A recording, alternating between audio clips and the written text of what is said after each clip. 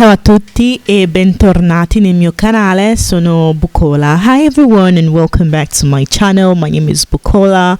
I know I have not uploaded videos in a long time. I'm sorry about that. I've been so busy. In today's video, I'll be talking about the bonus 150 euro, that is the 150 euros bonus.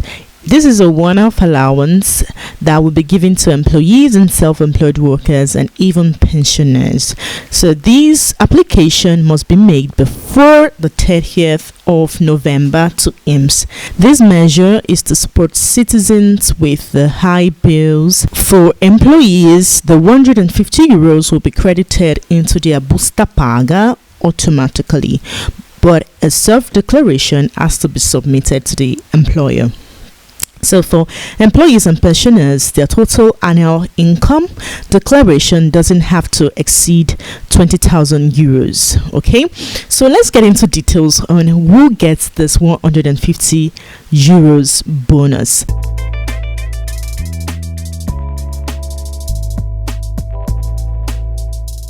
The 150 euros bonus is for public and private employees, and it's also for pensioners who are resident in Italy. So if you are receiving any form of pension, social allowance, pension for invalids, you can definitely benefit from this one-off allowance. And if you are unemployed, say disoccupato, you can also benefit from this, and it will be accredited automatically into your account. You don't need to submit the self declaration form. And for COLF and badanti, that is domestic workers, if you are a domestic worker, se sei un badante, you can also benefit from this allowance.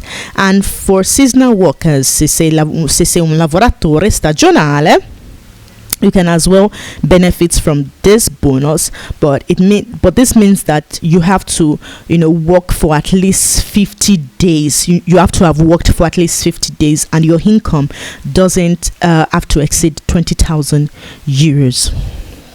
So for self-employed workers with or without a VAT number, they can also benefit from this bonus. If you're an occasional worker and you have at least paid a contribution of 1 month in 2021, you can benefit from this as allowance as well. And if you have partita IVA, as I stated earlier, you can benefit from this allowance, but your income shouldn't exceed 20,000 euros. Okay, so for those that receive reddito di cittadinanza, that is citizenship income recipients, they also can benefit from this allowance, and it is accredited automatically into their card, okay, into their accounts. So other people that benefit from this allowance are PhD students, or if you are a research fellow, you have an active contract as of 18 May 2022, you can also benefit from this allowance. Okay, so regarding this allowance, a specific date of payment hasn't been published yet, but the payment will begin in November. So if you are a private employee, or you will need a self-declaration you need to submit a self-declaration to your employer. So just like the 200 euros that was paid some months ago, it's just something similar. Okay, so you can either contact your employer to send the form to you, or you can download it yourself. It depends on how your company functions. Okay, so for those that are pensioners, or that receive the citizenship, the citizen income, or unemployed. If you are unemployed, you don't need you don't need to fill the self-declaration form. But if you are an employee, it is a must for you to fill it. So you can download a facsimile from the INPS website. So this is what the facsimile looks like.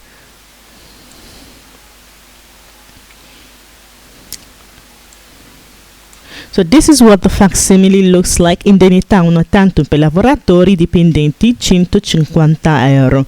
So dichiarazione di non essere titolare delle prestazioni del qui articolo. So you have to declare that you do not receive a pension, you do not receive citizenship, you do not receive the citizenship or citizen income, that you do not receive the reddito di cittadinanza. Okay, so right here you put your surname, your name, your date of birth, where you were born, your province, your codice fiscale, and you have to, in qualità di lavoratore o lavoratrice dipendente in forza del mese di novembre 2022 presso, you have to put the company's name and the codice fiscale or partita IVA of your company, and here you have to, you know, tick these declarations. Okay, so what do this declaration means? Di non essere titolare di uno o più trattamenti pensionistici a carico di qualsiasi forma previdenziale obbligatoria, di pensione o assegno sociale, di pensione o assegno per invalidi civili, ciechi e sordomuti, nonché di trattamenti di accompagnamento alla pensione con decorrenza entro il 1 ottobre 2022.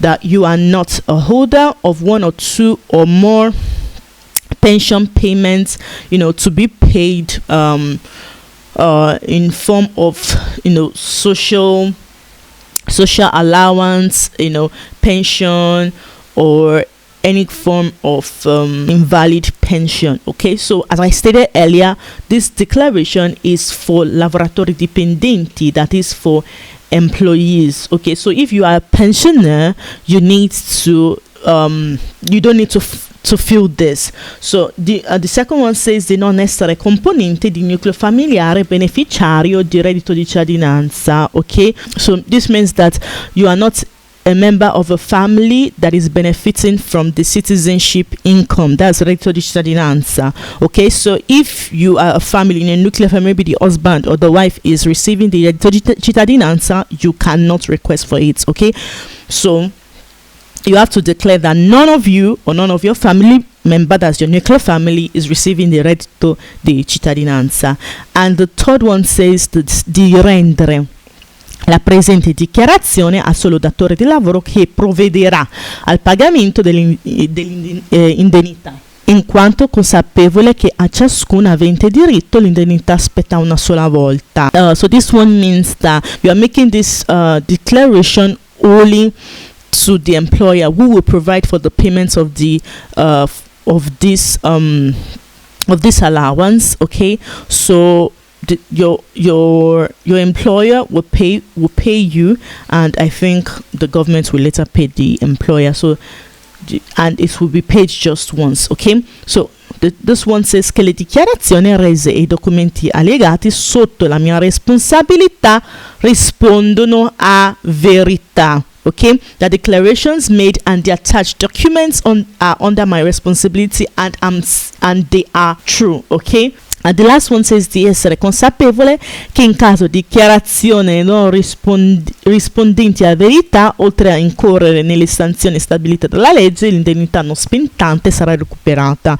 So you need to know that if you make any false statements, in addition to sanctions established by the law, you will need to return the money. Okay, and other sanctions will also be added to it. Okay, so this is what is all about, and you have to attach any of your identity or any of your documents, okay, to it. So you put the date and you sign.